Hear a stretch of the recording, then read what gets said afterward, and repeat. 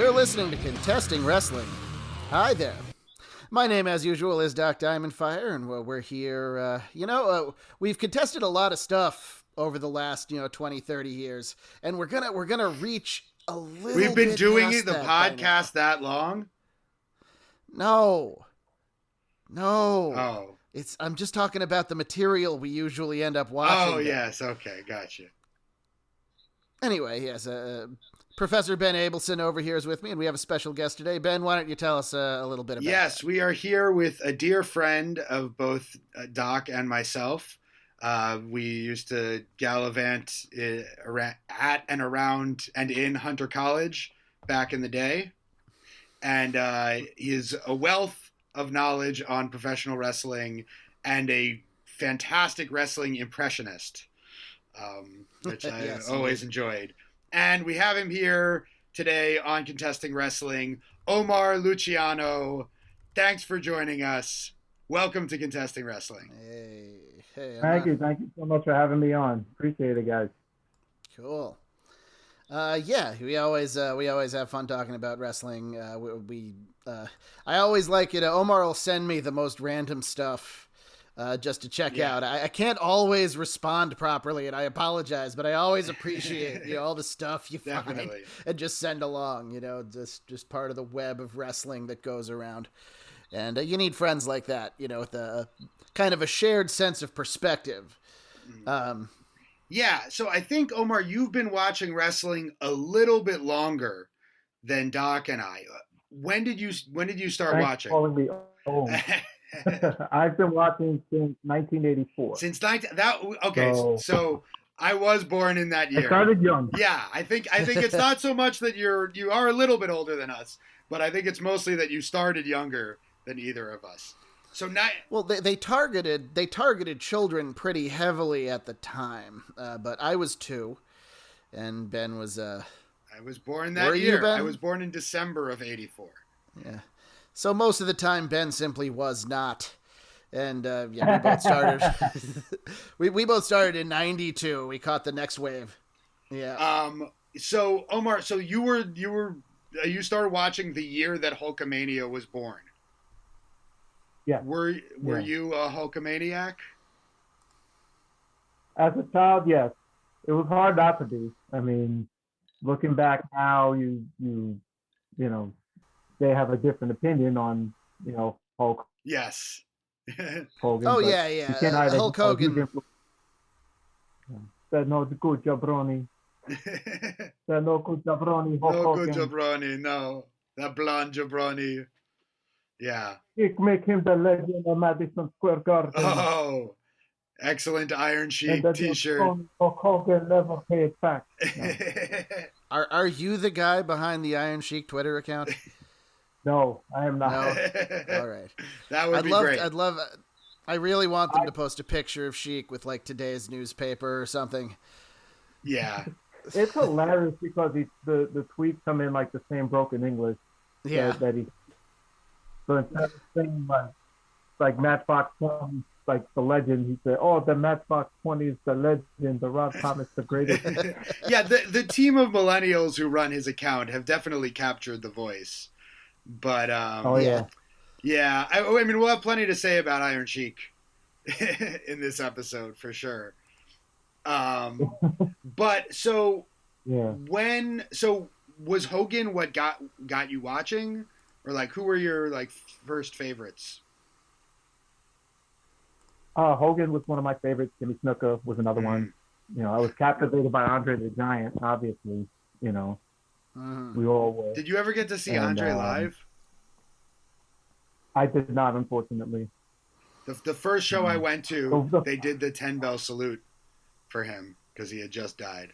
The first show I went to, he actually no-showed. Oh shit! No. Man, that's a drag. 1985.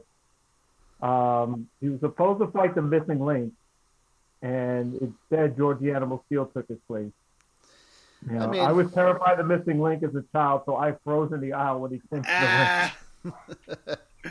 Oh man, that's fantastic! Hell of a gimmick. The event was, and it was so different from what he was like in real life. Which I found later. Where he was Stewie Robinson before that, and he was a very serious wrestler, from Canada. To find out that he made it with this gimmick was, just blew me away. I just recently saw some Wayne Ferris on Mid-South Wrestling. Who would eventually become the Honky Tonk Man, and he was fucking great as Wayne Ferris. Like a hell of a wrestler, a hell of a heel, great selling. I mean, he still had that as Honky Tonk Man, but he pared it down quite a bit, and let the gimmick do most of the work. I always do love to hear Missing Link stories on like shoot interviews and so on. The guys that had to deal with him. Like Bobby Heenan said that Link thought he was going to be his like shoot manager, and asked him to start arranging flights and cars, and Heenan said, "I don't do any of that." And Link said, "Well, I have to keep the gimmick. I mean, the people are going to look at me and think, oh, who's this guy? I need a guy in front of me." And Heenan said, "No, you're in New York now. They'll just think you're a guy with a bad haircut." And he was right. Maybe they looked at him like that, in the South or in the Midwest, but in the late 70s, in early 80s in New York, where punk and hip hop were brewing. Okay, he was just a guy with a bad haircut, maybe some blue makeup on. Fine. Maybe he's in a band. Omar, you were going to say something else? All right. So today we are talking about the great Mr. Bob Backlund. Actually, wait, before we get into Bob Backlund. So a little bit more about you, Omar. What ended up being your favorite wrestling and wrestlers as time went on? Well, the WWF was always what we were exposed to primarily, being that it was the Northeast territory. So I think as we got cable TV, but we had UHF channels too, which had different organizations. We used to watch World Class on Monday nights. We used to get Power Pro Wrestling, which was one of Bill Watts' shows. Oh. We used to get the channel. And we used to have the AWA on Channel 11 here in New York, which is now CW11. It's WPIX.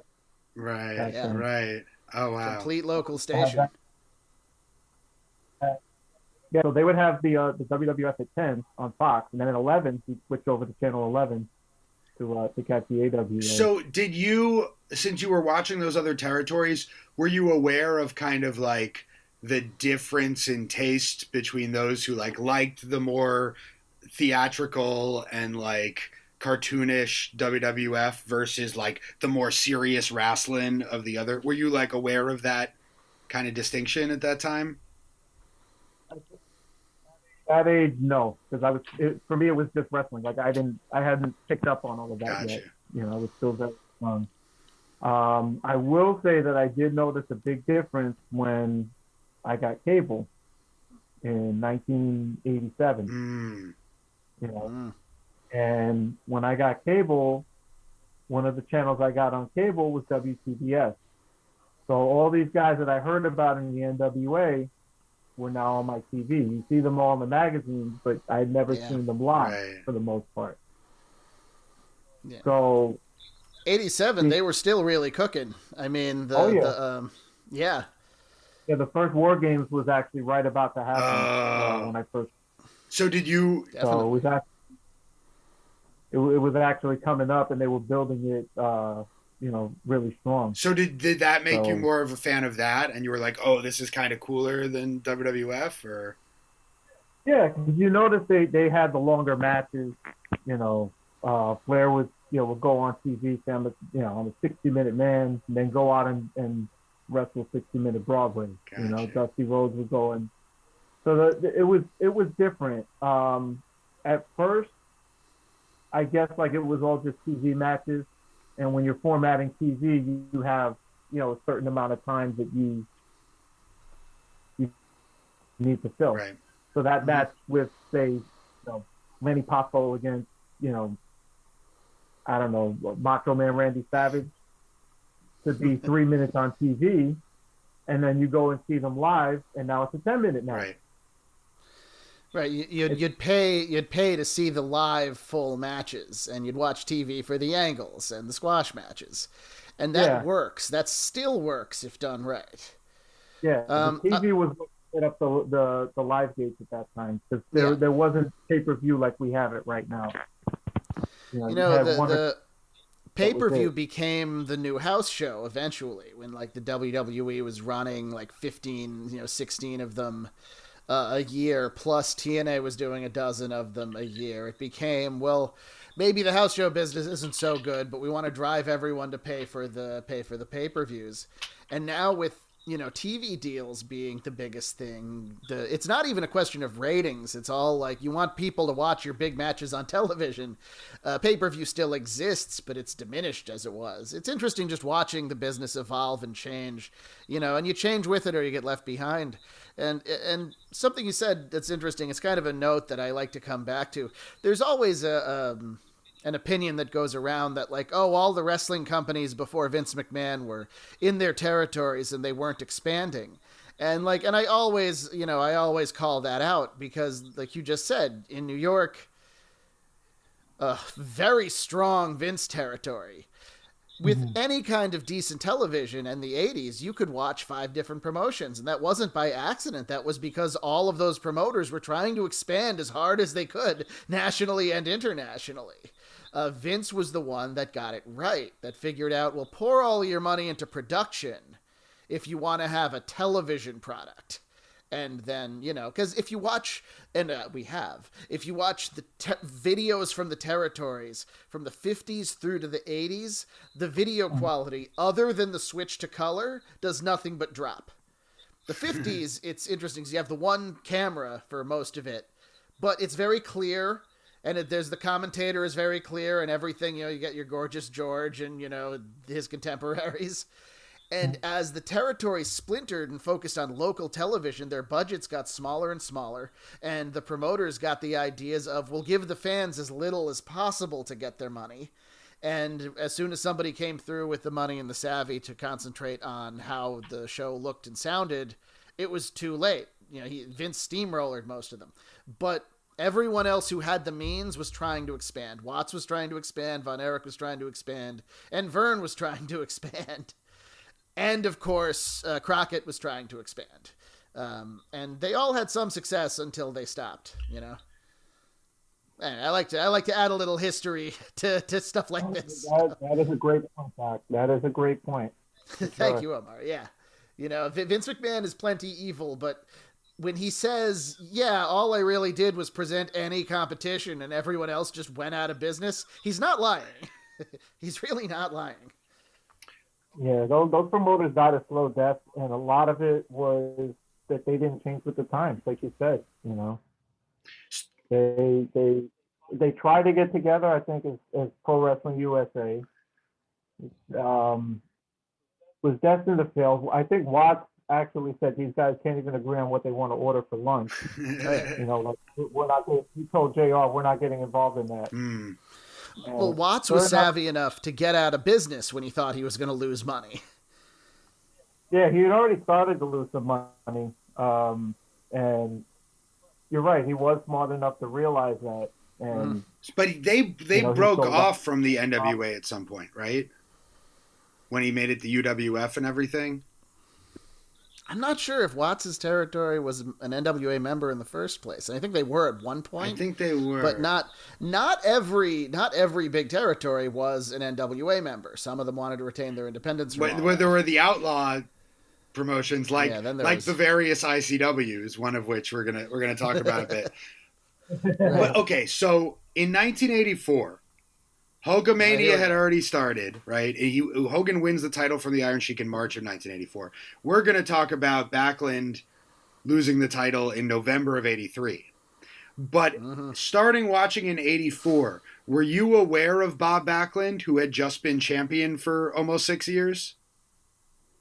Omar? I was aware of him, but there was not, you couldn't really watch him because he was already out by the time I started. But was he totally forgotten, or did they talk about him still on TV? They really didn't. Not that I could remember. Mm. I was aware that he existed. I was aware that he won that he had the title before Hogan got there. But it was like I would go to school and they would say, "Oh, the Iron Sheik got the title before Hogan. Who had the title before the Sheik?" And I'd be like, "Bob Backlund." And kids would look at each other like who's that? Wow. So Vince Jr. did a really good job of kind of like cleaning the slate once Hogan got the title. He kind of did that with Jimmy Snuka to a lesser extent, for other reasons, or tried to do it. The Superfly Aussie thing at the Garden was example of that. I've seen some of that on Primetime, like when they first introduced CV Offie as Superfly Offie, and it's like, no, this is not the same thing at all. And they didn't learn their lesson in the '90s when they tried to make the new Razor and Diesel.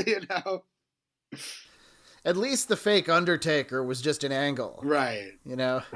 Where the Undertaker was clearly going to show up in a couple of months and beat the hell out of this guy and send him packing, which he did. Yeah, and so I realized that after Sheik won the title, there was a house show match where Hogan was in Backlund's corner against Sheik. In Philly, yes.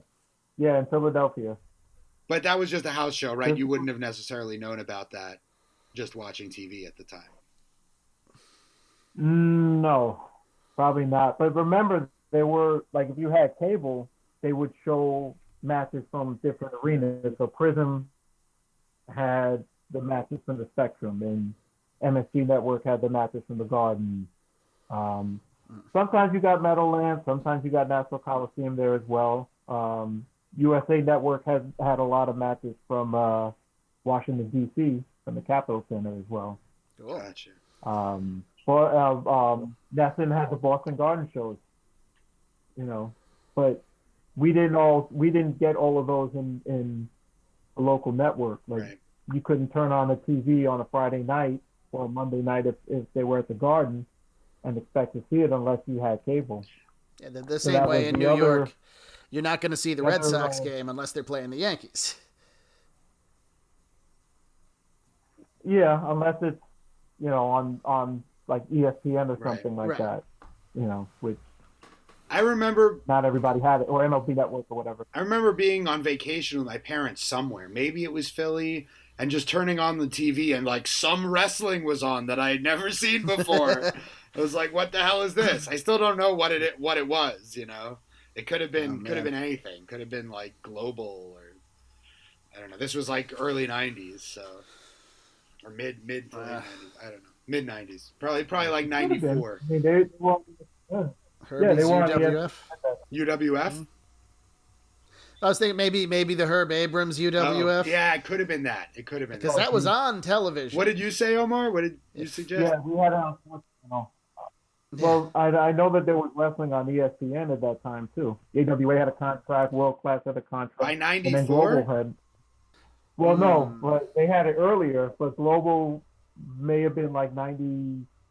I'd say like maybe 91, 92. Yeah, 94, like almost everybody else had gone out of business. Like Jim Cornette likes to say it was a wrestling recession. The only other decently sized leagues were, Memphis or like USW, which was still kicking, and Smoky Mountain. Yeah. And, ECW existed, but, nobody really cared yet. Right. And, well, I say that 94 is the when... The night the line was crossed and all that. Yeah. Right. But that's, as I like to say, most art peaks artistically before it peaks commercially. And that's definitely the case with ECW. Yeah. We look back at like, that's Shane Douglas and then the three-way and all of that. And it's like, those weren't exactly like packed shows in the level of when they would like sell out the Hammerstein Ballroom years later with cards that, I'm not saying they were bad, but they weren't nearly as like iconic as the older stuff like that. But yeah, that happens in all forms of art. So the main thing we're talking about today actually takes place in the 90s, involving Mr. Bob Backlund. But the story begins in 1983, November of 1983. Backlund has had this almost 6-year title reign.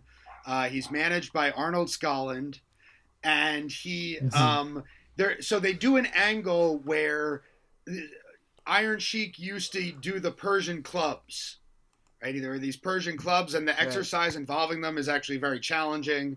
It's an excellent exercise if you can. And so he challenges Backlund to do the Persian clubs. Backlund does them, and Sheik attacks him from behind. And I think the idea is, like, he was selling his arm, but I think the idea was that his neck was injured and he had like a pinched nerve or something like that, which I can totally sympathize with. I'm dealing with that in my own neck currently. And so Backlund goes into the match injured. He's wearing an amateur wrestling singlet, which I had never seen him wear before or since then. I guess the idea was that they were both accomplished amateur wrestlers, and he was trying to emphasize that, or perhaps. I didn't remember seeing him with that either. He always wore like the traditional short wrestling front, as far as I remember. And he had shaved. You're right. In that match, he had buzzed his head down. In that match, he wore it up. Yeah. Which he did look a little different than he. Well, I mean, I'm sure he wasn't thrilled that he was losing the title. Yeah. You know, people talk about Bob Backlund as champion. You know, he had his good. You know, you could debate Bob Backlund as champion for forever, but he was paranoid. And like, if you'll notice in this match and in most of his title defenses, he kicks out of every pinfall attempt right at 2. Or a little before, you know. He doesn't want to do the close near fall because he's afraid of being screwed. I saw an interview with superstar Billy Graham once where he told the ref, well, let's rib Bob Backlund and count slightly faster once. And they did, and Backlund freaked out. And he said, then to the back, I came up to him clutching the belt to his chest, like, are you trying to steal my belt? Are you trying to steal? And it's like, no, we're just trying to get you to chill out, you know? He wouldn't have done well in ECW, man. They counted really fast there. Oh, no. Oh, yeah, no. Oh, no. Okay, so he's defending the title against the Iron Sheik, who's there with Ayatollah Freddie Blassie. Ayatollah Blassie. You know, the Blassie doing the Ayatollah Blassie thing is so like effortlessly racist. It kind of comes all the way back around the other side to silly because he doesn't change anything about himself at all, except he puts on the headdress and like calls himself Ayatollah. A bright pink one. Yeah, he's not doing an accent or saying anything. It's like, yeah, I'm Ayatollah Blassie, and my man, the Iron Sheik's gonna win the title. Then he puts his arms up because he saw somebody put their arms up once and thought that's what he does. One thing I noticed is so Backlund's wearing a red, white, and blue jacket with the towel. And arms up, yeah. So he takes off the towel and gives it to Arnold Skolin, and Skolin spends a minute like looking at the towel. There's like a little bit of foreshadowing there. Yeah, I had actually never seen this full match before, so really? I was excited. I'd only seen like the finish, you know, which they showed over and over again in '94. But yeah, it's an interesting match. It's mostly Backlund selling. Like, you know, he's selling the arm. Right. Sheik comes after him pretty early and, you know, and attacks him. Gorilla Monsoon and Pat Patterson are on commentary. I noticed recently, I was looking at the Wrestling Observer Awards. And, you know, I've always loved Gorilla Monsoon. But I didn't realize that he won worst commentator announcer of the year several years, for like 5 years in a row. What was up with that? Were you aware of the Observer Awards in the like 90s and such, Omar? No. Okay. I probably like maybe 96 was the first time I'd heard of him. Okay. Yeah. I think that might have been. Well, no, I guess by then he was the president. Or the interim president or whatever. So Monsoon, yeah. Well, the Observer at the time was like, I mean, it existed and it existed for a while. It had somewhat of a fan base, but it wasn't nearly as widely read as it is now, you know. I always say, like, people criticize Dave Meltzer, and like when the criticisms get to Meltzer, he just goes like, well, I don't know, they can take it or not, I don't care. And I'm thinking, oh right, because all through the 80s, people in the business were legitimately telling him all day they were going to murder him. He can handle a few internet trolls. But yeah, I think they didn't like Gorilla Monsoon because he was mostly just a shill, like Vince was, and the readers of the Observer preferred, I guess they preferred the NWA announcers because Tony Schiavone was more serious and Jim Ross was more serious. And I don't know, they didn't seem to what? Gordon Soley. Gordon Soley, right? Of course, who knew all the wrestling holds and would say the wrestling holds. Rod Trongard. That's a great name. Ed Whalen, we're going to have a ring-a-ding-dong-dandy.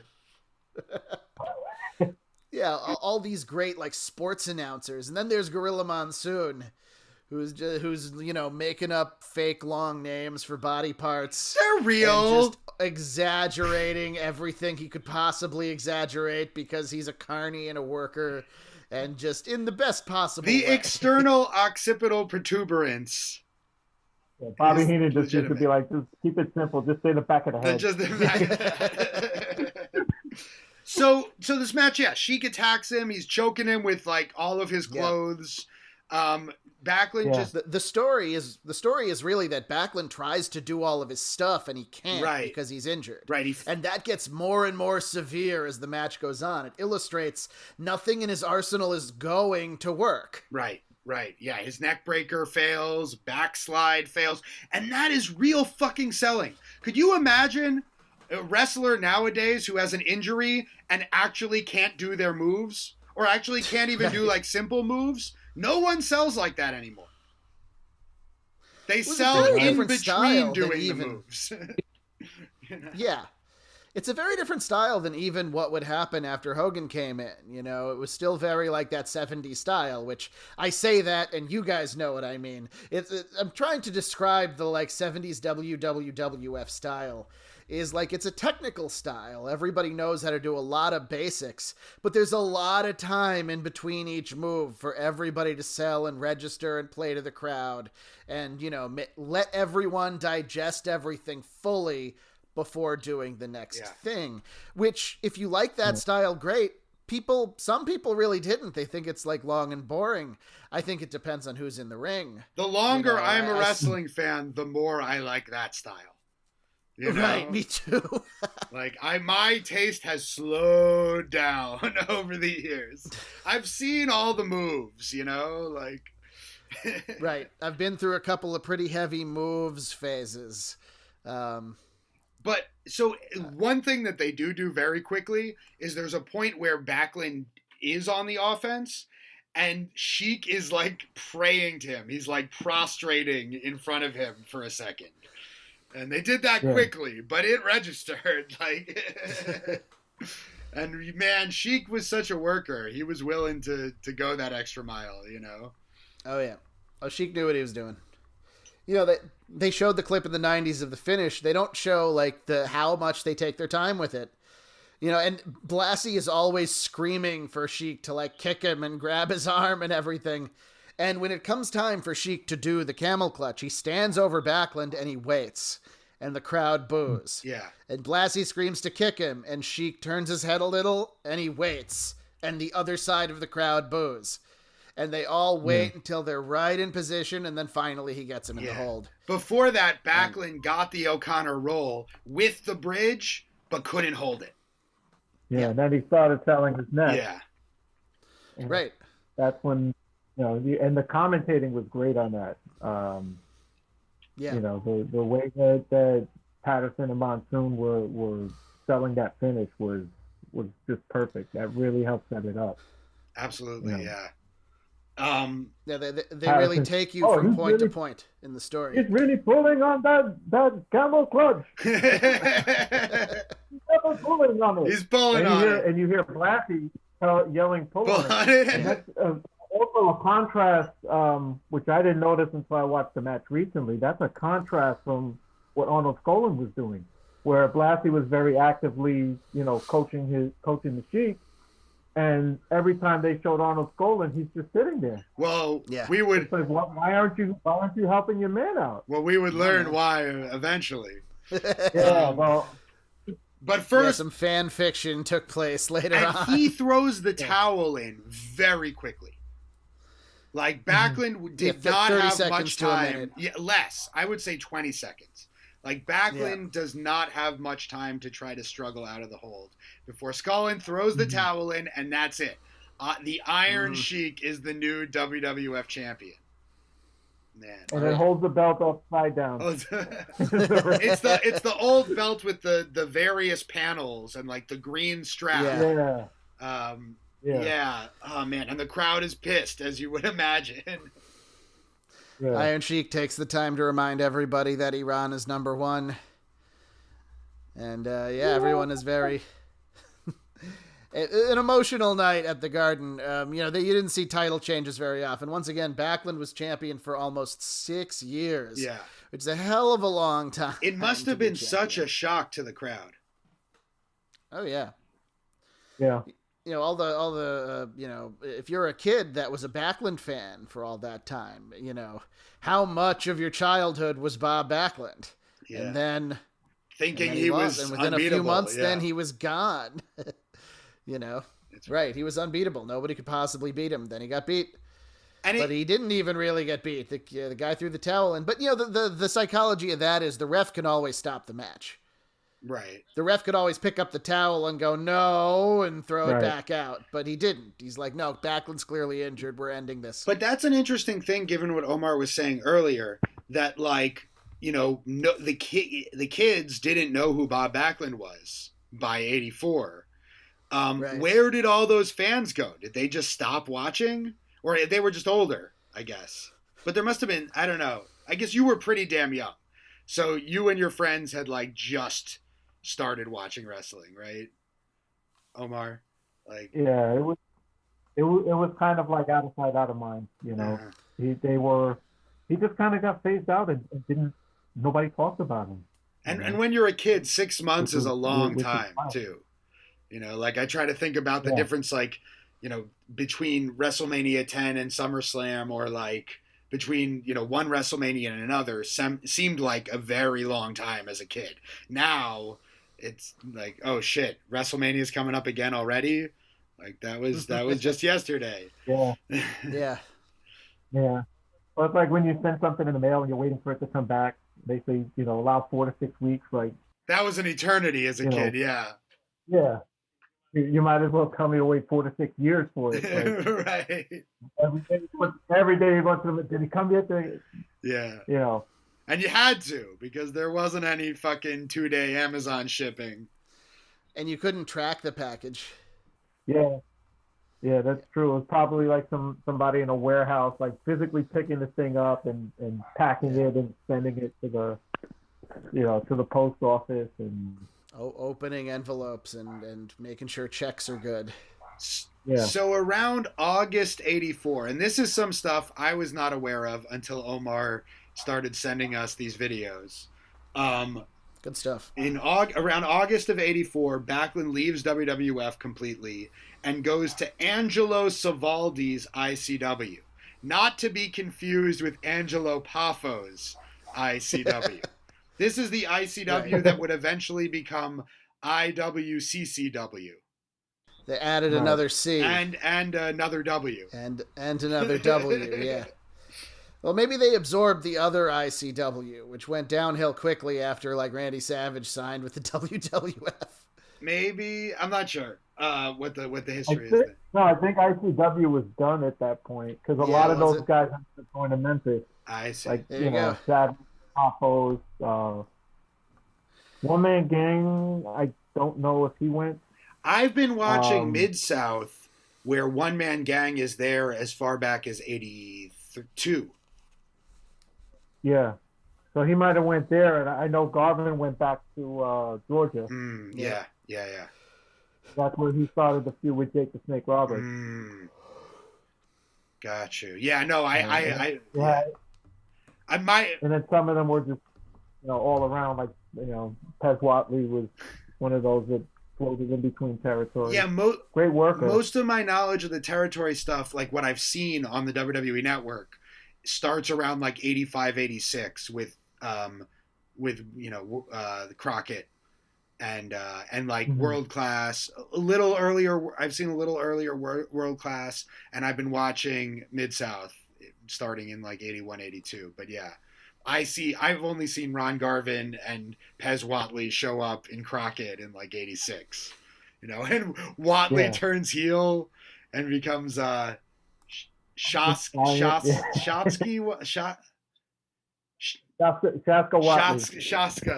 Whatley, yeah. Turns on Jimmy Valiant for calling him the greatest like black wrestler he's ever seen. And he's like, greatest black wrestler? Yeah. I'm the greatest wrestler. And, oh man. Some crazy shit. Call him a honky when he beat him down. Well, that stuff got over in the South. Probably still does. Yeah. I recently watched the part of the first episode of a TNA.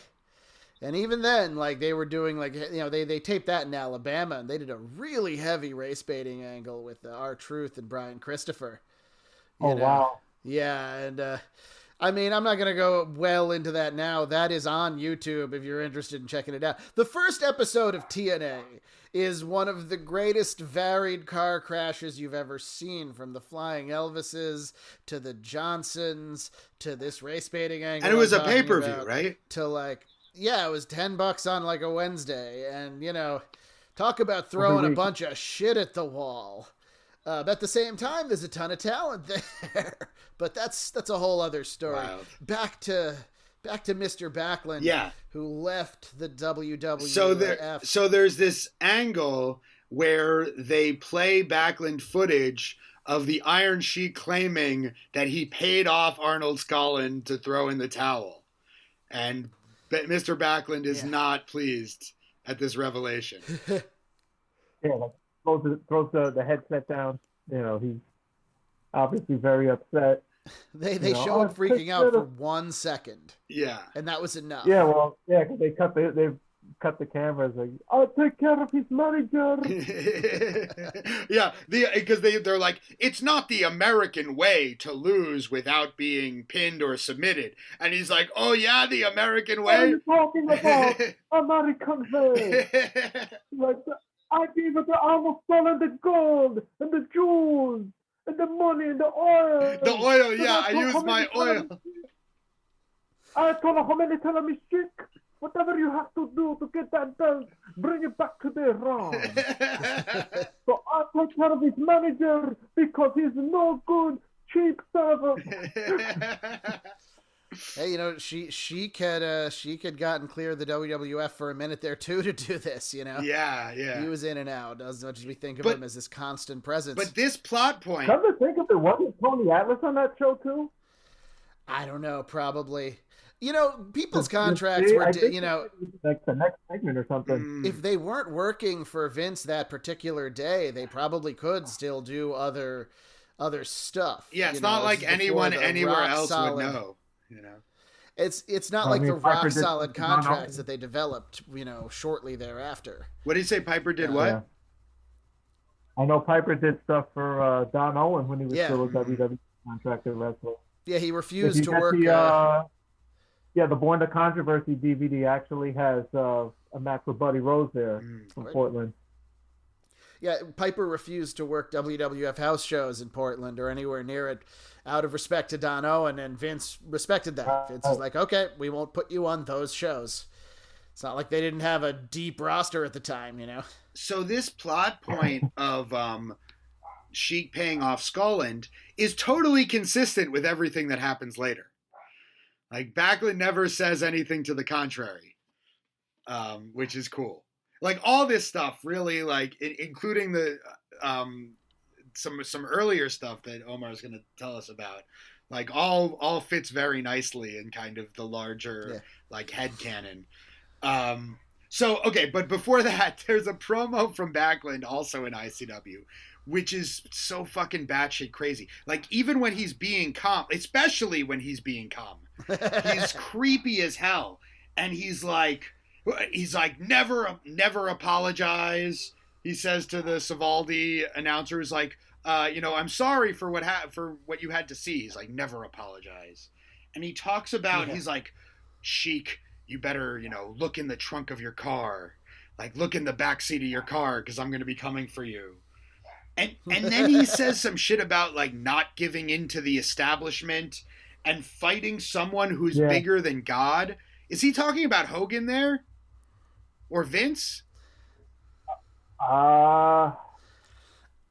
Could be either one. Could be. I'm thinking Vince, maybe. Maybe. The establishment is definitely the WWF here. I mean, the word has it, what Vince wanted was Backlund to stick around. He endorsed Hogan. He did endorse Hogan. There's a show where, they have the clip of it. He's like, this guy's good. And then Hogan won the title and then Backlund left.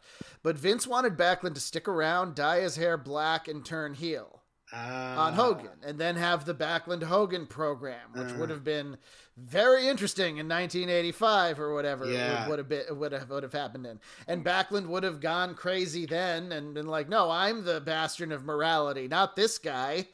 No, I've led your kid, all the stuff that he did eventually. I led 10 your years kids down later, the right path. Yeah. Wow. So what happens is Backlund disappears from WWF for 10 years almost until 93. He comes in when Doc and I had started to watch wrestling because we both started in like late 92. And Backlund comes in and he's just this old guy. And we're like, okay. Yeah, he's 42. Right, he's 42, which like, God. Which I'm going to be in a few years. Yeah, right. It's like, So... I mean, they were doing a youth movement, and when you have a very young roster, it's a good idea to have not too many, but a couple of like older guys on. And you can see examples of this. You can see like Terry Funk in ECW. If they had Terry Funk and a bunch of other like major NWA mainstays from the 70s and 80s, it wouldn't have worked. But they just had Terry. But so I remember we watched the 93 Royal Rumble for the podcast, and Flair is in there, and Flair and Backlund are the same age, but they're calling Backlund an old man, and they're not saying that about Flair. I think Jerry Lawler also, and the Bushwhackers, man, they are just as old. So Omar, what did you think when Bob Backlund showed up in '93? Well, he had been out for a while, so it was kind of interesting because there was no Hogan. You obviously wanted to see Hogan versus Backlund. In some of the magazines, they promoted. Yeah. So Hogan was already out. I mean, he was going to come back, granted, but we didn't know that at the time. So I guess Backlund was going to come in. Brett had just gotten the title. Flair was on his way out, which we also didn't know at the time. Right. So it was like, well, he's coming back. I think it could have been a play off of what was going on in other sports where you see guys that guys that had been retired for a while that were coming, guys like George Foreman or Larry Holmes who were older boxers, champions that were still trying to chase the title. Yeah, Vince mentions George Foreman in one of these matches that we watched, who had like just won the title. When Backlund finally wins the title, he mentions it. Yeah. Another reason would be, in '92 they were trying to find wrestlers that they could afford because business was starting to go down, that were clean, that were not on steroids, because they were getting to be under scrutiny for all the steroids. And started testing, not just who weren't on steroids, but who were very obviously not on steroids. Right. But could still deliver. Backlund ticked all of those boxes. So knowing what you just said about Vince wanting Backlund to turn heel on Hogan in the 80s, I guess when he brought him back in late 92 or early 93, Vince already knew what he wanted to do with him. I think but waited a whole year, over a year, like a year and a half, to pull the trigger on it. I think Vince knew what he wanted to do, but he hadn't decided the day he hired Backlund that they were going to go through with it.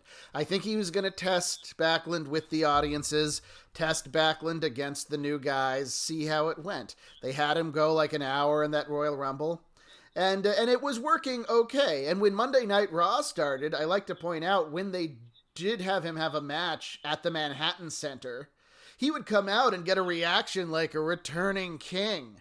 because the hardcore New York crowd, not even the people who would go to the Garden, not the, 10,000 to 15,000 people who'd go to the Garden, but the 1,000 people in the Manhattan Center would be the most hardcore New York wrestling fans. And in 93, 94, those were probably the fans who had been watching for 10, 15, 20 years. When they were little kids, Bob Backlund was the man. And a lot of those people never liked Hogan in the first place. So they were thrilled that Bob Backlund was going to come out and do his stuff, Yeah. So it was working, and then they put it in motion eventually. Like, all right, you can hang. Let's have the technician face the wrestler. Yeah, so Backlund gets this title match against Bret Hart on the July 30th, 1994 episode of Superstars. And Bret had won the title at WrestleMania 10. He was doing this long feud with Owen Hart. They were leading up to the cage match at SummerSlam. So this was like, it seemed like a throwaway title match. Like, I remember watching Superstars, and by this point in 94, Raw was emphasized so much as the main show that angles didn't even really happen as often on Superstars. Like, it was mostly just job matches and like replays of Raw at this point.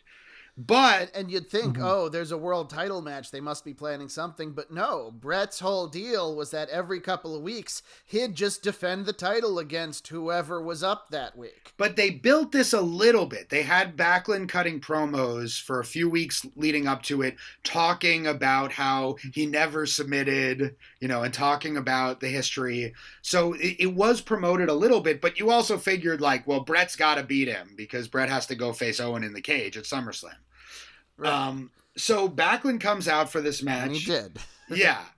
Backlund comes out for this match, like all thumbs up and like, hokey old Bob Backlund. You got JR and King on commentary.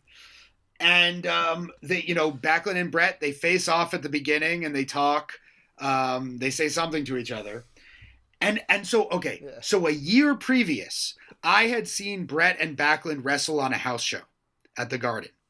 And it was just a pure technical match from start to finish. They did not throw a strike the entire match. And I had never seen anything like it, and I was totally blown away. It was the first like pure wrestling match I'd ever seen, and I thought it was awesome, and they shook hands at the end. So I was expecting that. Right? I was like, oh, they're finally going to put this match on TV. And that's not what we get. Immediately, Backlund is the aggressor. He doesn't give Bret the clean break in the corner. He hits him with a couple shoulders to the gut and starts going for pins real quick. And it's like, oh shit, what this isn't the Backlund that we've seen to this point. But the ref is counting all of these pins real fast for this match, which was kind of a style around then in big matches where they'd have. Sometimes it would drive me crazy because they'd have the refs do really quick 2 counts and then a really long, slow 3 at the end. But like it helped to, heighten the tension. A pinfall could be any second here. Now, I mentioned JR and King were on commentary. Omar, you texted me something, an observation about this. That, about the King specifically. Yeah, so early on in the match, you notice Lawler starting to turn and saying, singing the praises of Bob Backlund. This is before the turn happens at the end of the match. So he's already saying, Bob Backlund has people say he's washed up. He's 43 years old. He's not washed up. He's got a lot more wrestling left in him. And Granted, this was also in the middle of a program with Bret Hart. Right. King and Bret, so they feuded for almost anybody 4 years or something. Forever. Yeah. 2 years or something like that. So it was like almost anybody would have a reaction from Jerry Lawler. Normally, you would have gotten that reaction after the match or after we saw what happened. Right. To get it during the match before any of this happened, that was another thing that, looking back now, kind of struck me as a little odd. Yeah, that's some really great. Struck me as a little bit off. Yeah, and it's great foreshadowing. Like I told you before, Vince knew how to tell a story back then. Definitely. But that's pretty cool. They have a hell of a match, at some point they both seemed to slow down because they'd been going at such a heavy pace. The commentators are observing how much they're sweating, kind of like they did with the Backlund Iron Sheik match. They start making it so they do a move and then can't get the cover immediately, and they're selling like they're exhausted. There's some super impressive stuff in this match, like the really crazy bridges that Backlund would do to reverse out of things.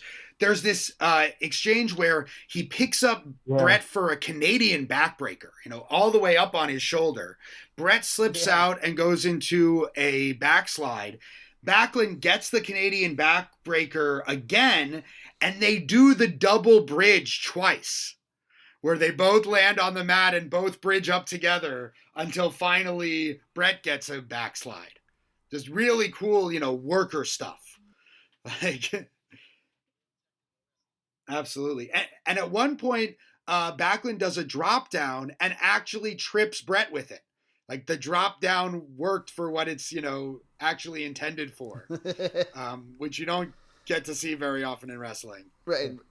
Brett tumbles out of the ring. Backlund immediately jumps out of the ring and immediately throws Brett back into the ring. Right. And Lawler's like, why don't you let him get counted out? And Jim Ross is like, well, he can't win the title. He's trying to win the title.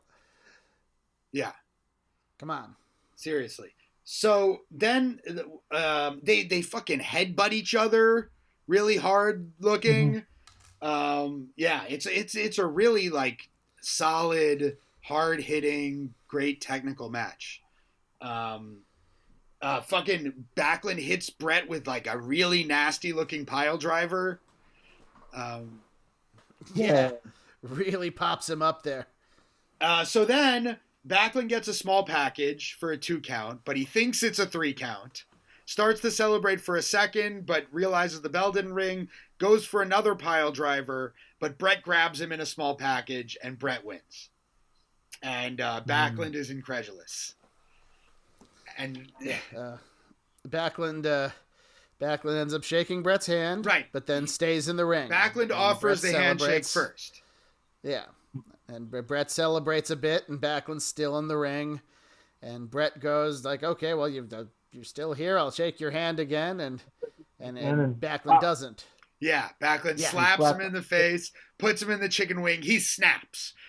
As the announcers put it, Backlund snaps. He puts him in the chicken wing for the crossface chicken wing, which, by the way, is one of the best fucking submission holds of all time. If anyone's ever put you in the crossface chicken wing and gotten it locked on completely, there really is no escape.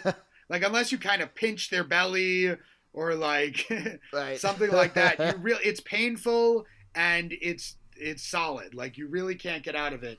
And then after he puts it on Brett and they finally pull him off, he looks at his hands and with this maniacal look on his face, like, what have I done? And, King makes the point on commentary. He already shook Brett's hand. The audacity of Bret Hart just to rub it in, to ask for another handshake. Hey, he shook Brett's hand, but then he stayed in the ring waiting. Like, what are you waiting for? Well, this hotshot Bret has to celebrate, go to every single corner and hold the belt up. We didn't do that in our day.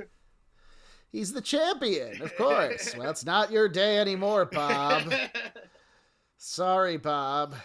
But yeah, man, like this, what a great fucking piece of business this whole thing was. How did you feel about it at the time, Omar? Well, when I first saw it as a kid, I was maybe 13 years old, so I was just amazed that Bob Backlund was getting a title match. First of all, just amazing there was a title match on TV. That's almost never happened. Right? Superstars at this point, yeah. Yeah. Even back in the the Hogan era or the Warrior era or the Savage era, you just didn't see the title defended on Superstars very much, or if at all. Yeah, you didn't. You barely even saw Hogan.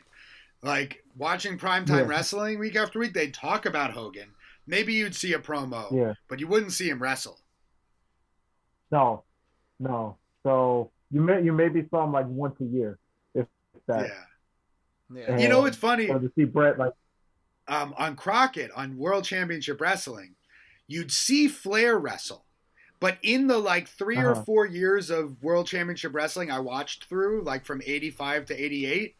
I never once saw Dusty Rhodes wrestle on TV.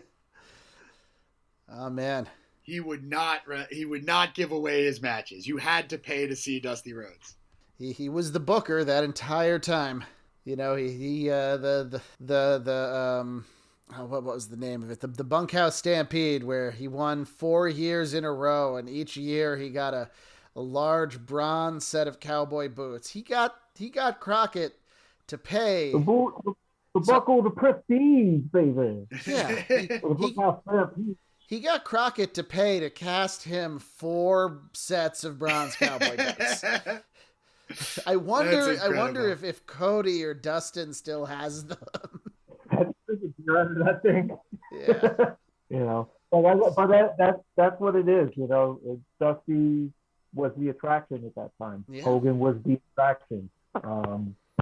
So, like, to your point, Doc, when you want to see the attraction, you have to pay to see the attraction. They're not just going to give it away to you on TV. Maybe on Main Event he used to wrestle sometimes. Yeah. I don't know about Worldwide. Worldwide was syndicated. I really never got to watch Worldwide very much when Rose was the booker, but yeah. You very rarely saw him, or if you saw him, it was like a clip from it was like a little from clip a house from show or something. Yeah, past years. Yeah, it was like an angle that they were shooting, like the Horseman injured Dusty. Right. Yeah. But you never saw him in that in that studio. No, never. You know, or if you saw him, it was to further an angle. Yeah. You know, where he would get in the ring, or like the Road Warriors, where they hit him with the spike. You'd see Flair as champion go like 10 minutes with a jobber. Occasionally. Yeah, because he enjoyed wrestling. Though, you know, or like maybe not a jobber, but like the light heavyweight champion or something. Yeah. Yeah, he would go with George South, or he would go with Mike Jackson. Mike Jackson was a very underrated worker. Yeah, I think he trained a lot of the other jobbers. He's still occasionally wrestling. Wow. He's in his 70s. Wow. God bless him. Yeah, God bless him. Yeah. Good for him. I mean, yeah, so's Ricky Morton, you know. But so you. Well, God bless him. Yeah. So I love the rock and roll. The rock and roll. Definitely. They're doing their retirement tour now. Again. Yeah, I think Robert Gibson wants to stop, and Ricky's going to start teaming with his son. Because I've noticed, like, just on the independent circuit, Ricky's been doing more singles bookings. Because, like, it's not like Robert Gibson was bad, but Robert Gibson was kind of there, too. And Ricky Morton was, one of the biggest stars of his day. He's still out there doing Canadian destroyers and shit.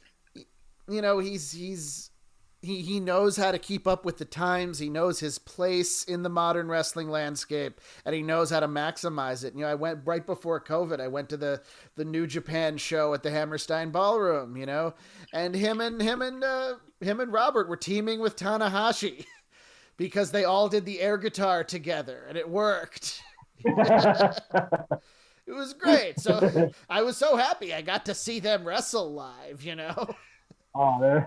Yeah. So were you shocked to see Backlund turn heel? Or on Superstars? Yeah. I was confused at first, like where are they going with this? Yeah.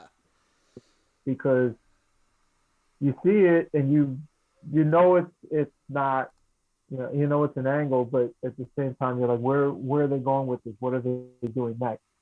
And so does that mean he's a bad guy? Does that mean he's gone again? Like, where are they going with this angle? And they built it really slowly. Brett still had this match at SummerSlam.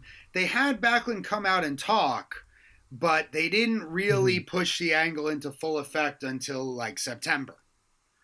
Yeah, I think at first they pushed like he was done.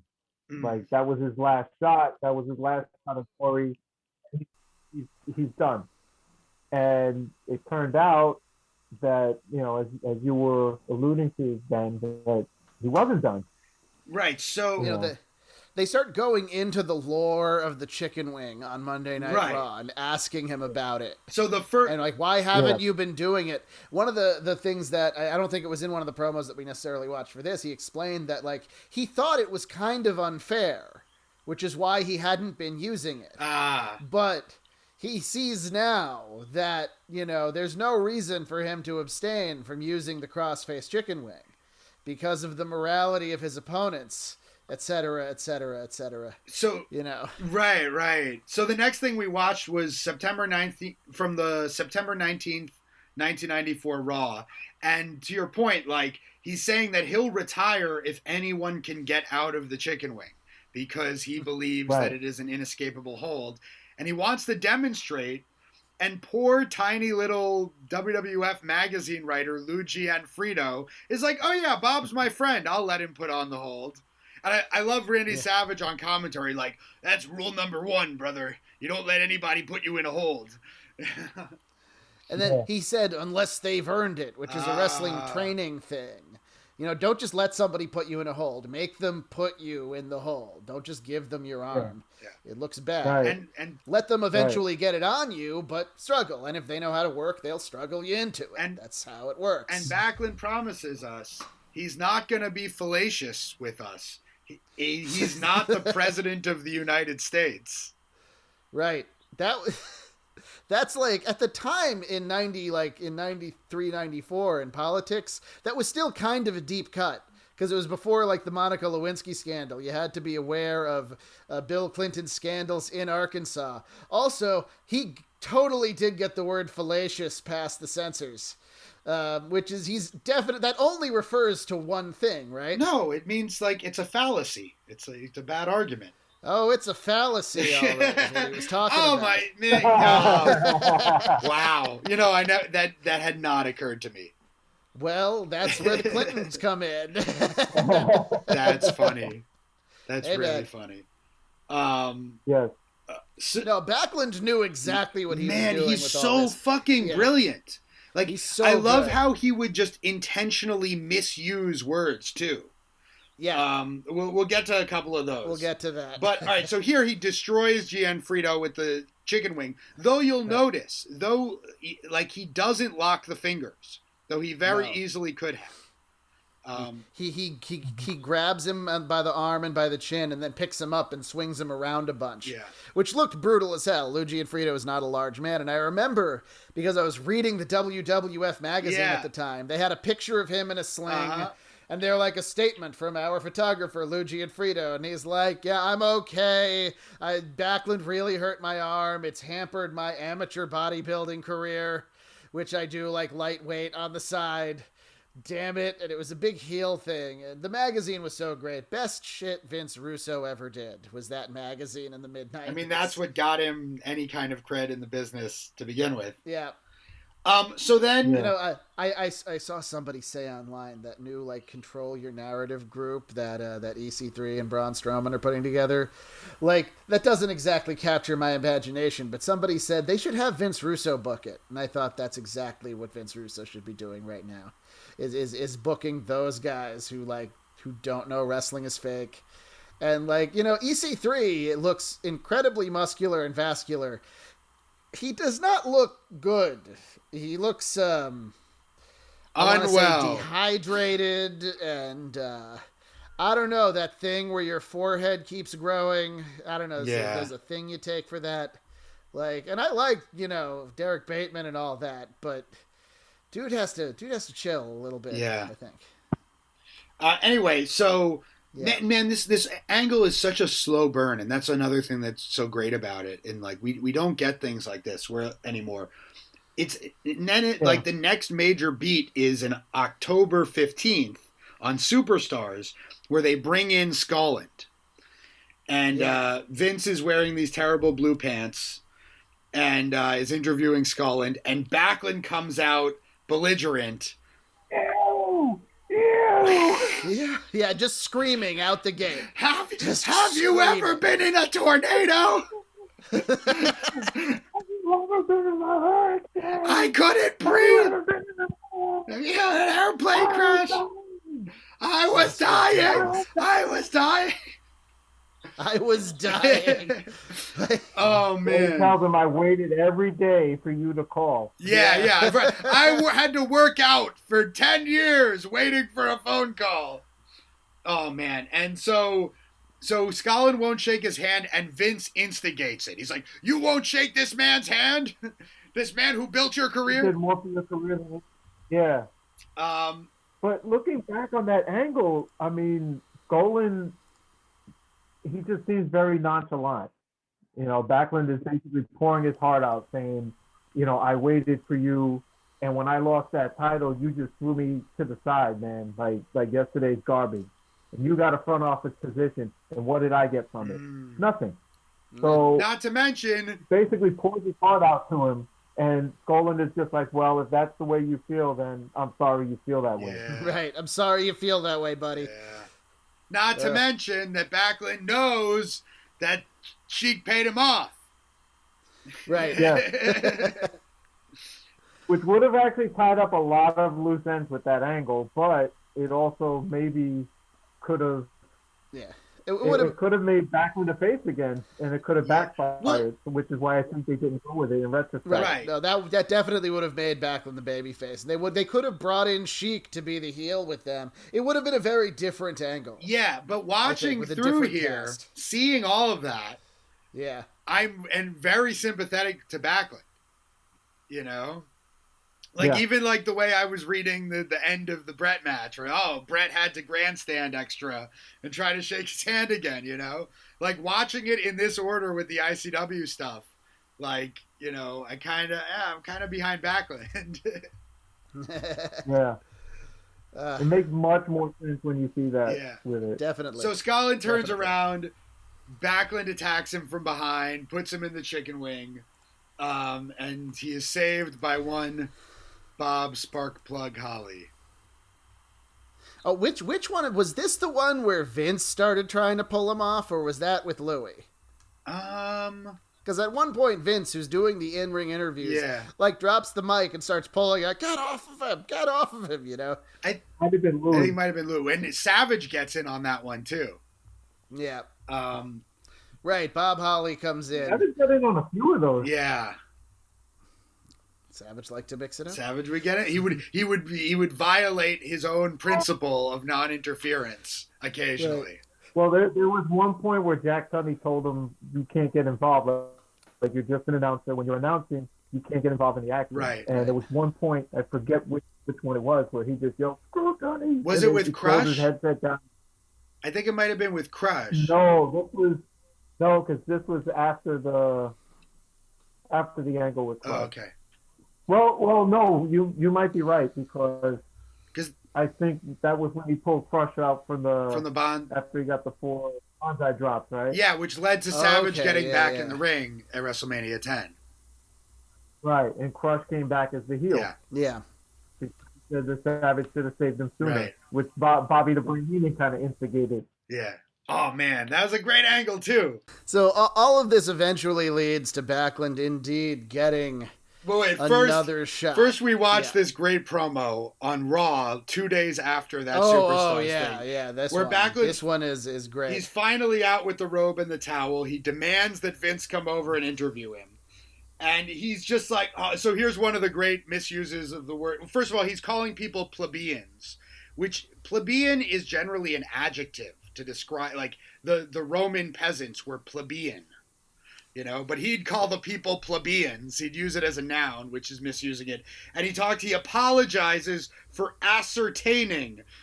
forever ascertaining Scotland as his manager, which is serious. That's not what that means. No, not at all.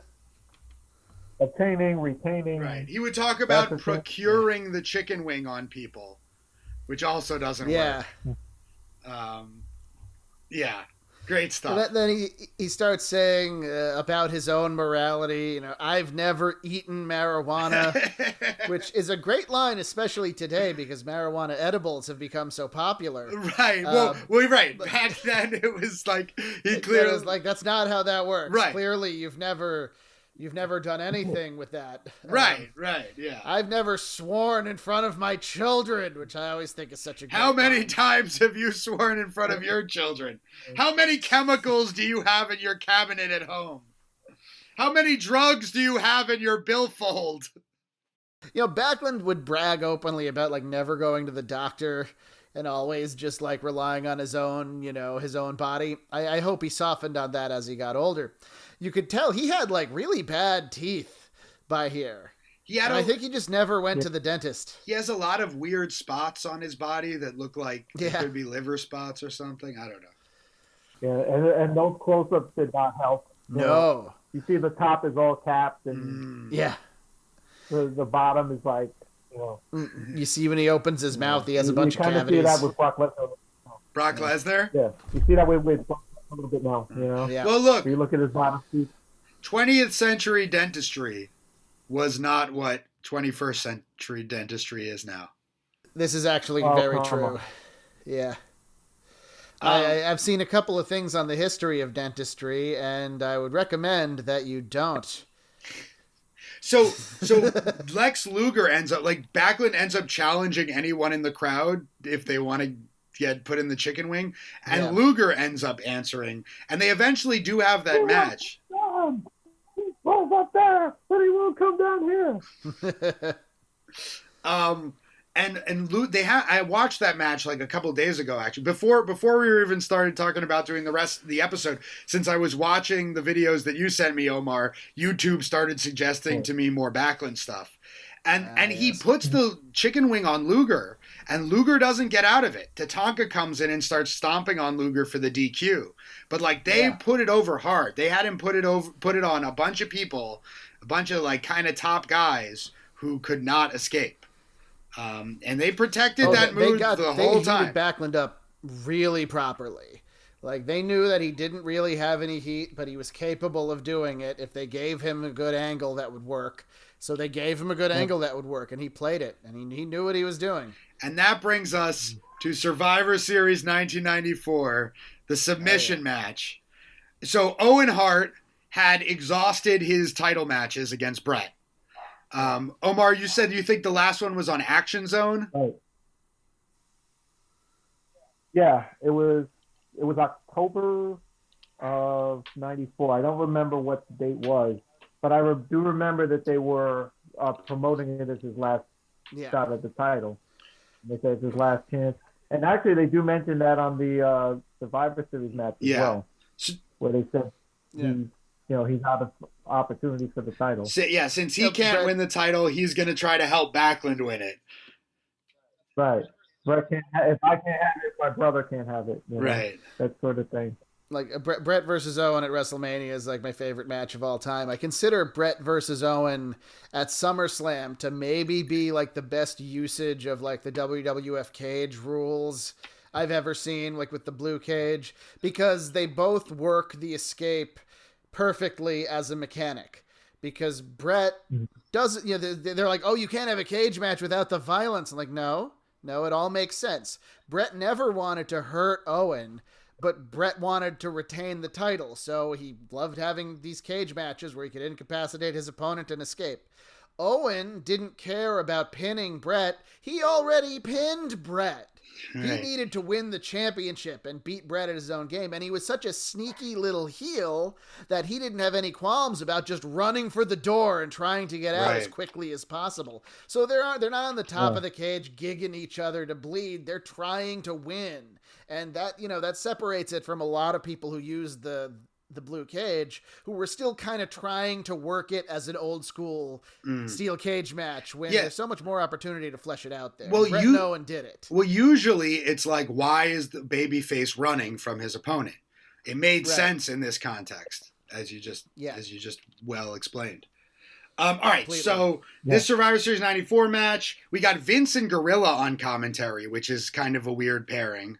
We've visited, by the way, this Survivor Series once before for the podcast on the very first episode, because this was the infamous Clowns versus Kings Survivor Series match, which may be the worst wrestling match of all time.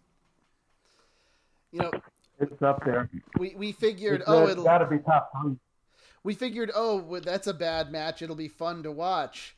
Turns out, no. It's like 18 minutes long.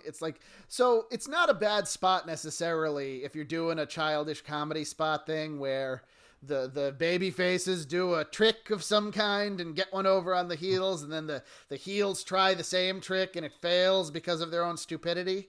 Well, they do that and it takes forever, and then they do it like 5 more times, and just everything, and then they pin Doink and have like a whole other match where the Kings slowly beat the Clowns by attrition. So it's not even good. Well, because by then the Clowns couldn't have possibly won because they legally weren't allowed to be in the ring with the King. Right. And it's so bad. Anyway, we're not talking about that match. We did, though. We did. We had to revisit it. But we revisited Brett and Backlund. Owen is in Backlund's corner. The British Bulldog is in Brett's corner. And the gimmick is it's a submission match. But in order for the match to officially end, the corner person, or someone, I guess, has to throw in the towel for their respective person. Now, the finish of this match also really doesn't make sense. But we'll get there. First, they have a pretty damn good match. You know, I didn't remember Brett wearing that like full-sized Brett pendant. What was up with that? I don't know. But anyway. Oh, and also one other thing to point out: someone in the crowd had a "What About Bob" sign, which is one of the great movies of all time. That's great. I haven't seen that movie in a long time, but I used to really love it. So this time, Backlund comes right out of the gate against Brett again, but Brett is able to ward him off more at the beginning.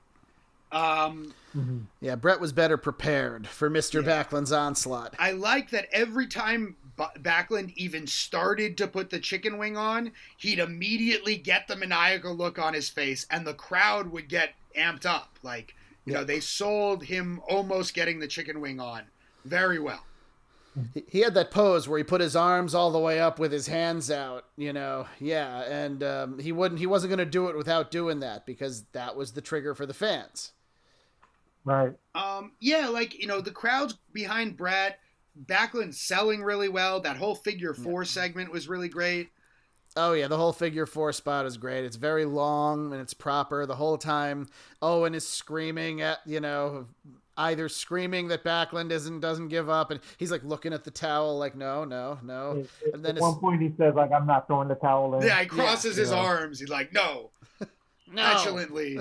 Yeah, and then they show the Hart family at ringside, but Brett's wife and kids are like way the fuck up there. Yeah. His parents are front row. Yeah, they couldn't have gotten better seats for Julia. Like you couldn't the whole family. Yeah, that's Little Blade.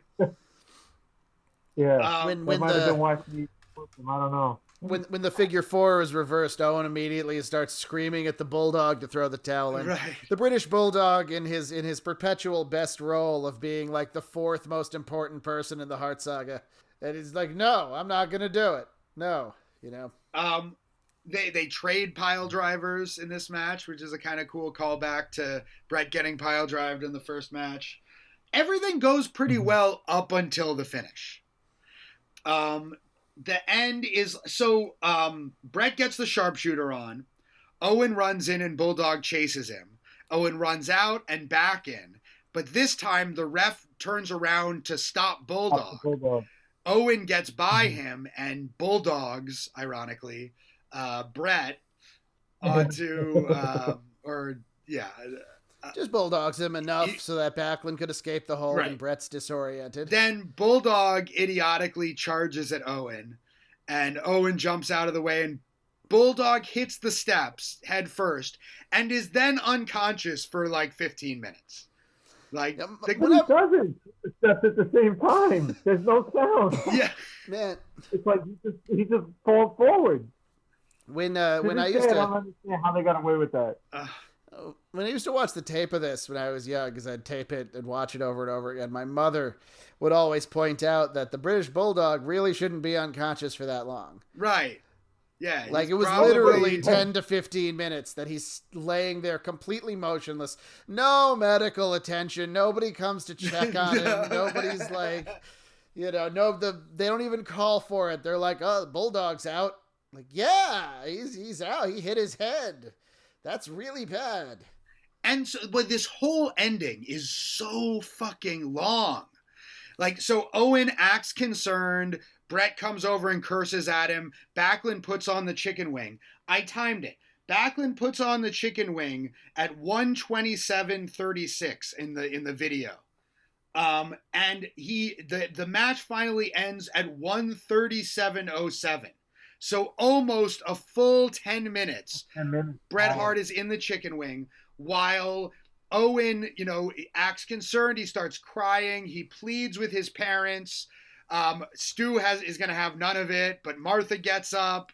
Owen hands Martha the towel, like, please throw in the towel. Stu pulls it away from her, and then they just stand there for another 5 minutes. And Martha, Martha is trying her best to have an expression on her face, like really trying hard. But Owen's crying and like wiping his tears with the towel he now has around his neck. And Brett's just in the fucking chicken wing. And then finally, I guess they gave them the signal, like, okay, time to go home. And Martha throws in the towel and ends the match, and Backlund is the champion. Yeah. But what the hell? Like, I thought only the corner person could throw the towel in. If just anybody could throw the towel in, then why didn't Owen do it? Well, Bulldog was dead. Like, they had to make an exception. Again, the referee can always decide it's time. I guess, but like they act like this is just understood. Like none of that is explained. True. It's just like, oh, yeah, Martha, this person, this fan attending, it's his mother, sitting in the front row, can just be the proxy. I guess, yeah, it's his. I mean, what if it was like some relative you haven't talked to in 10 years? Does it matter? It was his mother. Yeah. She was concerned. Anyway, Omar, you had a theory about why it took so long, right? Well, yeah, I think it might have just taken so long because, maybe one of the other matches, I don't know if it's one of the other matches just didn't just ended early, or it could have been just the way that it was formatted. They wanted to get to like that 2-hour 45-minute mark that they would usually end the pay-per-views. Well, usually at pay-per-views they'd have Brett wrestle twice. Yeah. And they didn't do that this time, so they needed to eat up time. I think it was so long because Brett took several months off after this, and they wanted to sell that Brett was injured. And Brett wouldn't have it that he was just normally injured from being in the chicken wing a normal amount of time. It had to be he was an excessive amount in the chicken wing. He might have said 10 minutes, because it really did seem They really wanted to illustrate that Backlund had trapped Brett, and Brett could not get out. Right. He could not at any point wrestle his way out of the hold. It was inescapable. He does try to escape at the beginning. He gets back up to his feet, and then Backlund brings him back down. Right. So Owen, so Brett was out to the Rumble, he runs to the back. Brett was out to the Rumble? I don't remember. Rumble 95. Yes, I think so. I think his next match was when he got his shot at Diesel. Because the angle was that Brett was gonna face Backlund anyway at the Garden House show the next weekend. But he was hurt. He was injured. Yeah, so they gave the shot to Diesel, who wins the title. Yeah. That's a whole other all right, we need to point out Backlund after winning the title. Oh, yeah. Right? Oh, yeah. So the look on his face, and like the ref with the belt, and them announcing it, and he's perfect. He's just screaming. Yeah. He hits all the corners and points at the belt and points at the fans. A crazy look on his face the whole time.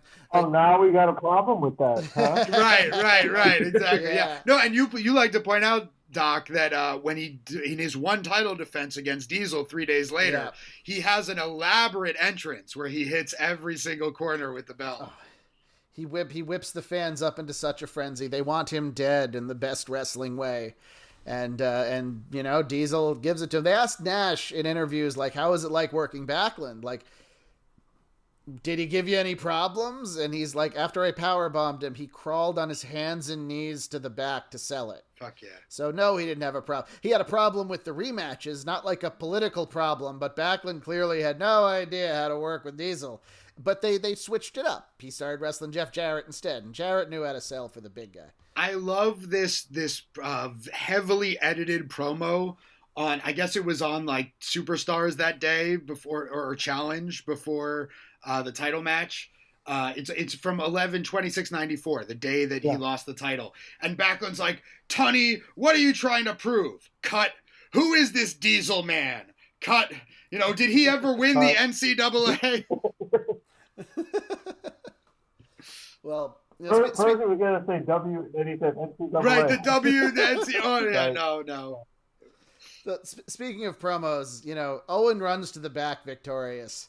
And, there's the immortal Backlund promo that we'll talk about in a minute. But I watched I don't know if you guys did, I watched Owen Hart's promo directly after this match. Yeah. Which is one of my favorite. Happen. Yeah, it's fantastic. He immediately, like, he's victorious. He couldn't win the title, but more than wanting to be champion, he wanted to stick it to Brett, and he caused Brett to lose the title.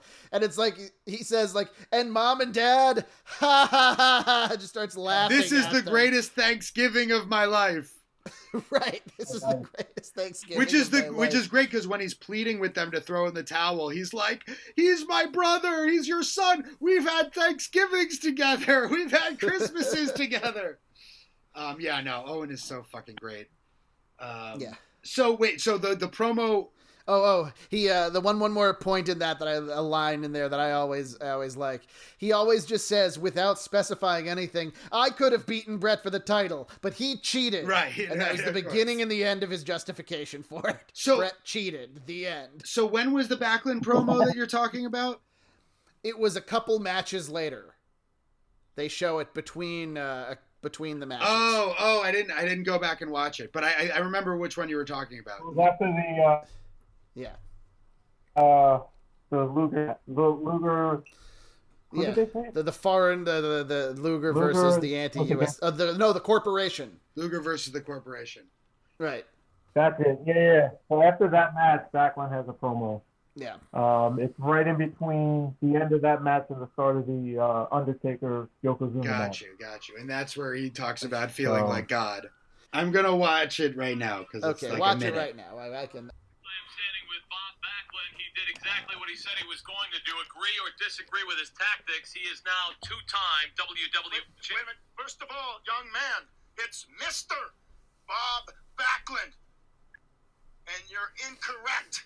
I've been the champion since 1978.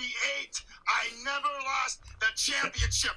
Tonight, I just regained the belt. And I beat the man that represents your society. I beat him so I can save you. I'm going to scrutinize you. I'm going to scrutinize you. Pasteurize you. Homogenize you. And synchronize you. People are You milk. understand, ladies and gentlemen?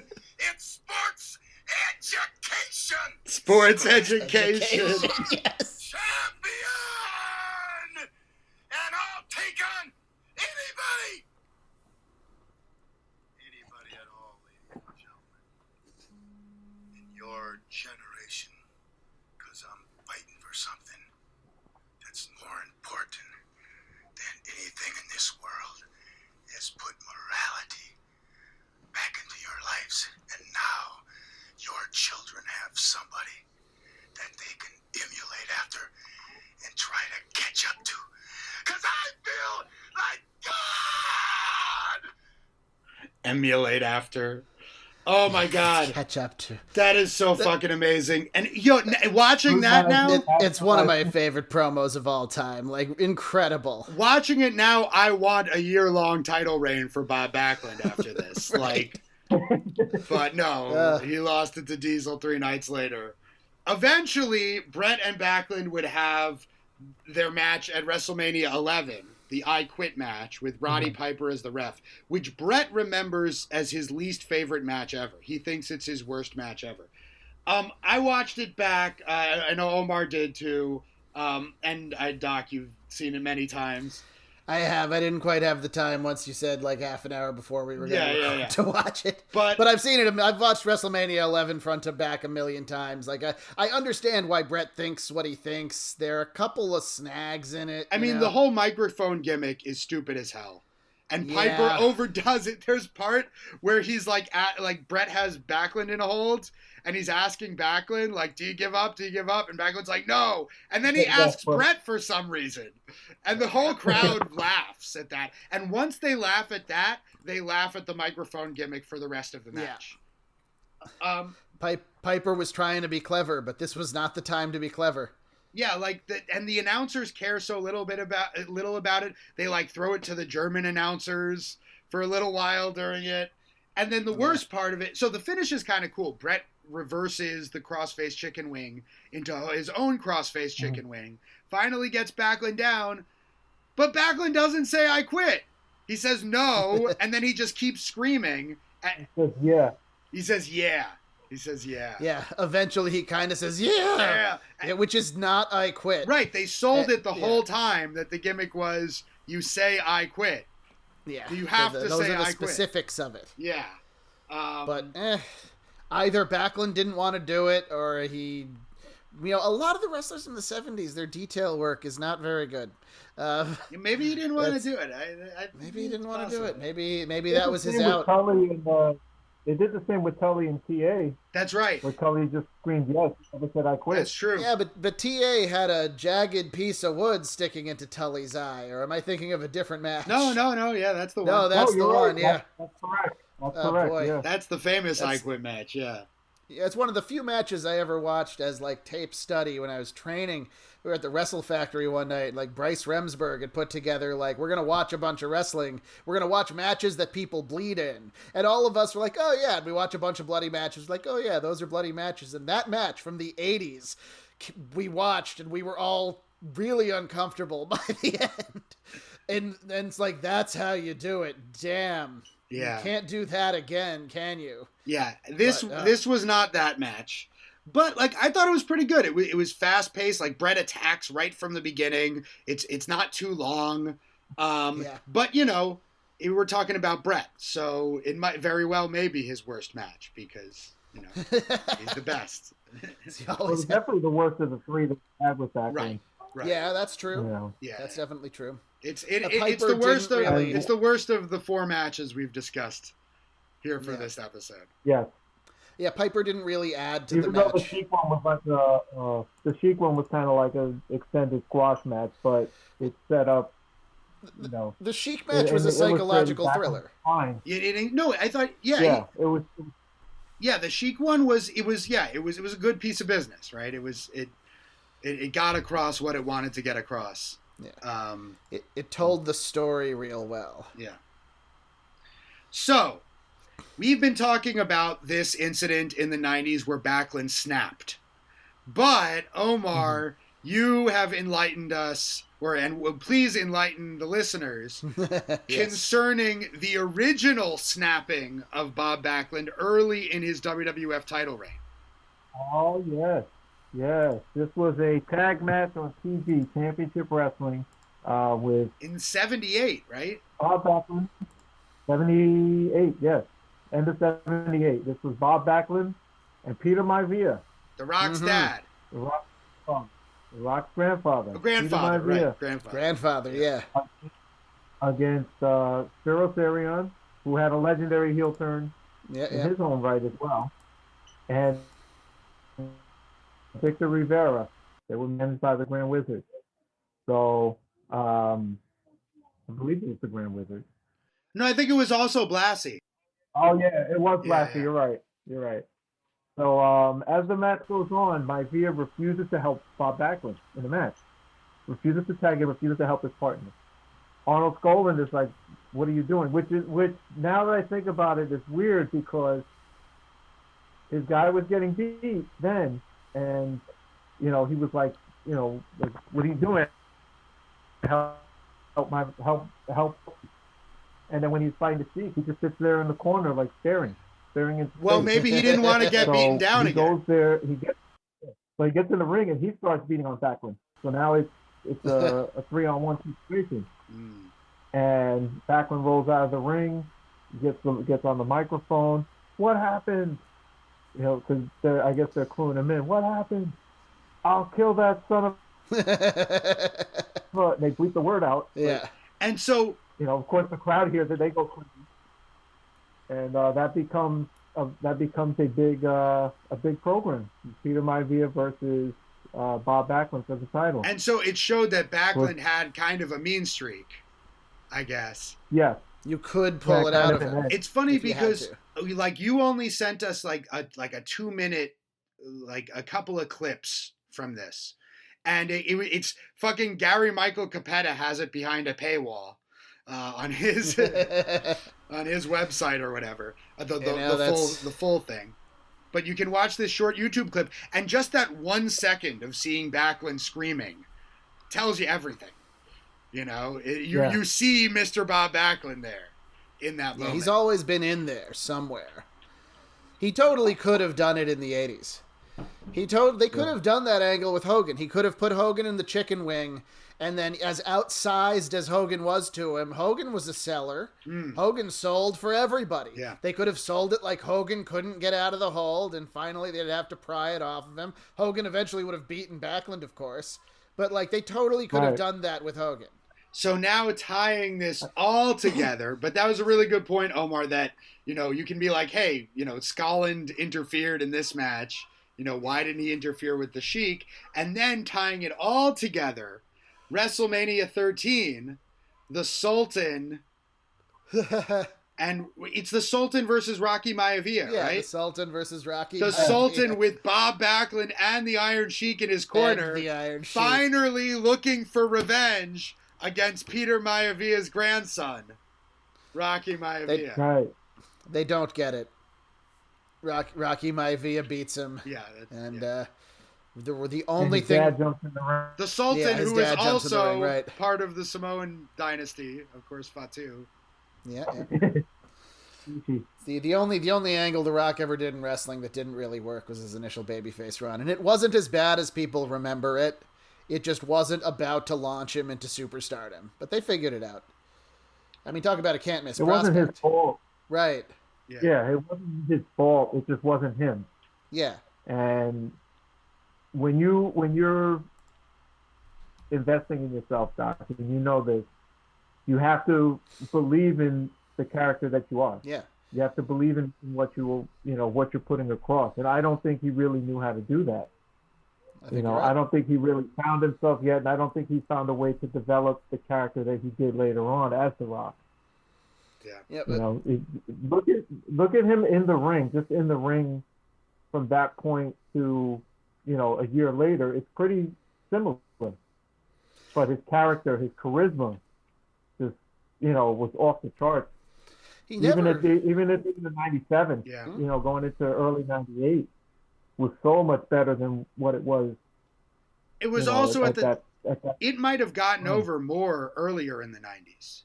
It was also, we were heading into the Attitude Era, and people didn't just want like a baby. He could have been a new face. generation star. Yeah. Yeah. All right. So one last question, Omar, before we go. And this is a question that we ask all our guests. Evan used to ask the guests when Evan was on the show. But I think, it's a kind of abstract thing. But like being as big of a wrestling fan as you are, and, you're about as big of a wrestling fan as I know, besides like, other than our, like at the same level as either of us. What is it about wrestling? What is it about wrestling that makes it a compelling thing to watch, a compelling art form or type of entertainment? Why spend your time with wrestling versus spending it with anything else? Exactly. To me, it's the characters, it's the storylines, it's the way that they tell the stories. It's you're telling a story with your body. You're getting people to be emotionally invested, and to me, that is the art. That is the art of what wrestling is. You're getting people to invest in your match or your storyline or whatever it is, or your character. And you say with your body, right? Like, it's literally visceral, right? Like, that seems to be the crucial thing there, right? And you're, like, sacrificing your body. Well, that's the other thing is when you're watching a boxing match, it's like you don't want to see somebody get hurt, but you do at the same time. you want to see somebody knocked out cleanly and then be okay afterwards. Yeah, exactly. And that happens all the time in wrestling. They might even be knocked out for 10 minutes and then they're okay. Oh God. Yeah. That's what it is. And that to me is when you mentioned earlier in the program that you have to wait a while to register. To me, that's something that's lost on today's fans. Yeah. You don't need to jump off of. It's something that in my generation it really started to get out of control. Where it was like, okay, now you're going through a table. Now you're going through two tables. Now you're going through two tables that are on fire. You're going through two tables on fire and you're jumping from 30 feet up. There has to be a reason why you're doing these things. Yeah. And it just seems like everybody's just trying to top everybody else and they're not telling the story as to why you're doing this. It's not even a question of don't do the crazy stunt. Make the crazy stunt meaningful. Yeah. Yeah. And it's especially a problem nowadays because I feel like you can't give things time to register because then people are on their phones.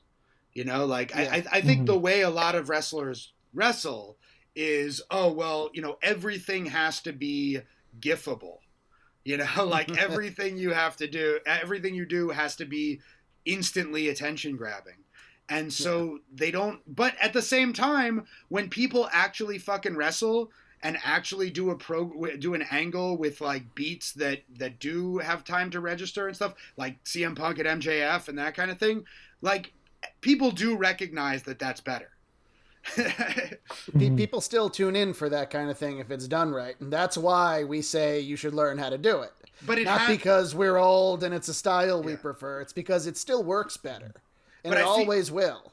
But I feel like the problem is it needs to be presented that way. Like, it has to be big enough stars at this point where people know, oh, this is something I'm supposed to pay attention to. And then it's good. And they're like, oh, it's good.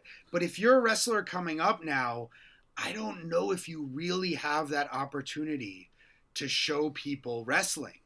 Like, I worry that younger wrestlers coming up who try to just to do the older style, will kind of get lost in the shuffle. But I hope not.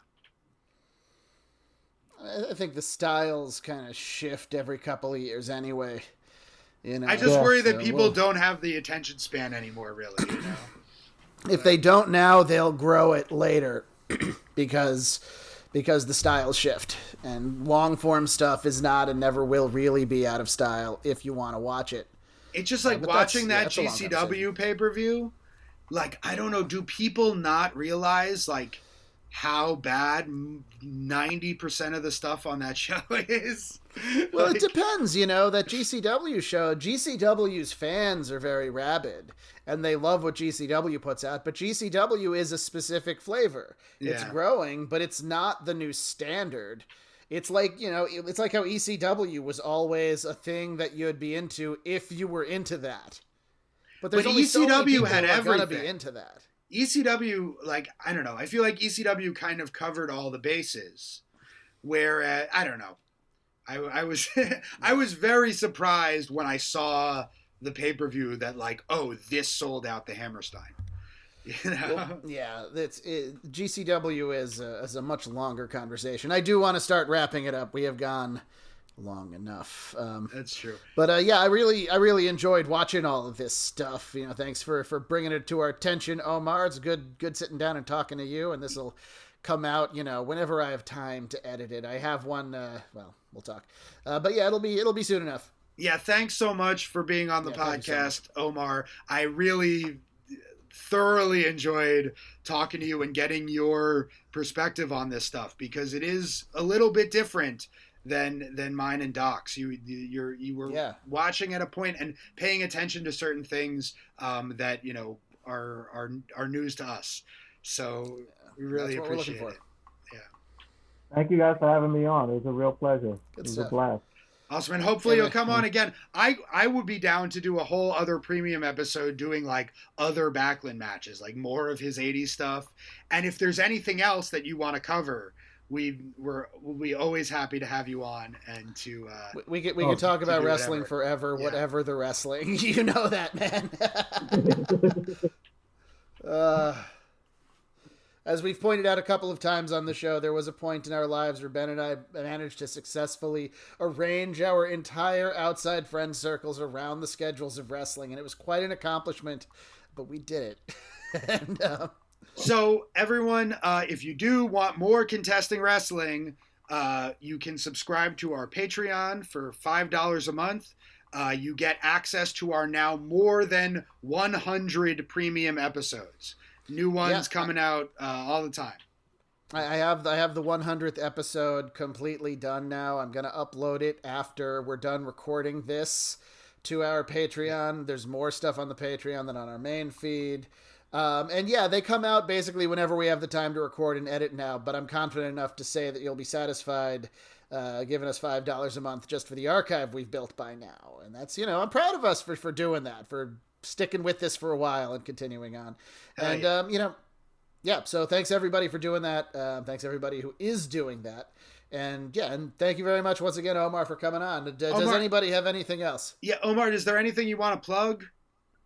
Anywhere on social? No, people should stay away from you. Omar's Twitter is locked. So I'm not going to give away what the handle is. I'm happy that I can see it. You can see Omar occasionally commenting on Facebook wrestling groups. Yeah. Usually he's right and everyone else is wrong. Yeah. So on that note then, for Omar Luciano, for Professor Benjamin Abelson. Both of those things. My name is Doc Diamondfire. Thank you all very much for listening. This has been Contesting Wrestling. We love you. Peace. Peace.